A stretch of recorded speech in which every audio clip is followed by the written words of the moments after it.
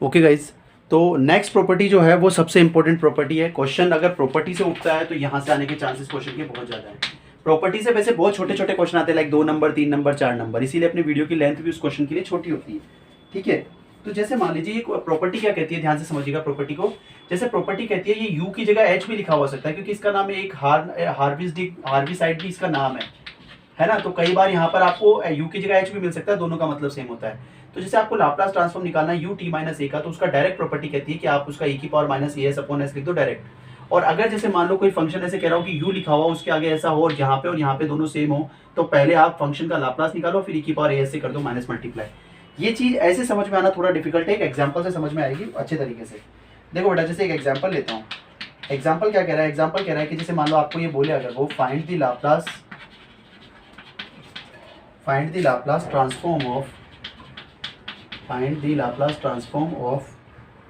t minus one का square into u t minus one. मान लीजिए ये क्वेश्चन उसने आपको पूछा, ठीक है बेटा। तो इसके अंदर सबसे पहले आप इस क्वेश्चन को ऐसे लिख सकते हो कि लाप्लास ऑफ, आपको पूछ रहा है t माइनस वन का square into u t minus one. तो बेटा ध्यान से देखना, क्या ये जो यहाँ पे लिखा हुआ है वही यहाँ पे लिखा हुआ है, तो ये इस प्रॉपर्टी को फॉलो कर रहा है। और वैसे भी एक बात समझ लेना, जिसमें u और h लिखा हुआ आ जाए ना बीच में, वो तो पक्का प्रॉपर्टी में यूनिट स्टेप का ही फंक्शन का ही क्वेश्चन है, क्योंकि इसका एक नाम हार्विसाइड भी है, तो वो कभी कभी यहाँ पे यू की जगह एच भी लिख देता है, बट कंफ्यूज होने की जरूरत नहीं है, दोनों का मतलब एक है।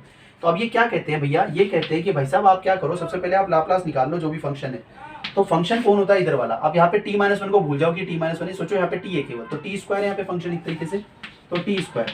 अब टी स्क्वायर का लाप्लास का फॉर्मूला मैंने आपको क्या बताया, मैंने आपको बताया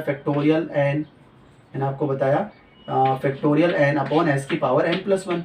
यहाँ पे एन की जगह 2 है ना, तो कितना हो जाएगा फैक्टोरियल 2 अपॉन एस की पावर 3। तो ये कितना बन गया 2 अपॉन एस क्यूब। ये इसका लाप्लास निकाल लिया अपन ने। ये आपने लाप्लास निकाला, इसका मतलब आपने क्या निकाला, आपने निकाला एफ एस। तो ये क्या बोल रहा है, जब इस टाइप का फंक्शन दिया हुआ हो तो आप लाप्लास एफ एस निकालने के बाद उसको e की पावर माइनस ए एस से और मल्टीप्लाई कर दो। तो अगर मैं आपको पूछूं इसका फाइनल आंसर क्या होगा, तो आप क्या बोलोगे, by using unit step function property या यूनिट स्टेप प्रॉपर्टी, आप क्या बोलोगे, आप बोलोगे कि सर ये जो आपने एफ एस निकाला ना, इस एफ एस को आप किससे मल्टीप्लाई कर दीजिए, केवल e की power minus of A S से। तो आपका फाइनल आंसर क्या आ जाएगा, e की पावर माइनस ए एस, और एफ एस कितना है अपना 2 अपॉन एस क्यूब। ये आपने ये आया आंसर।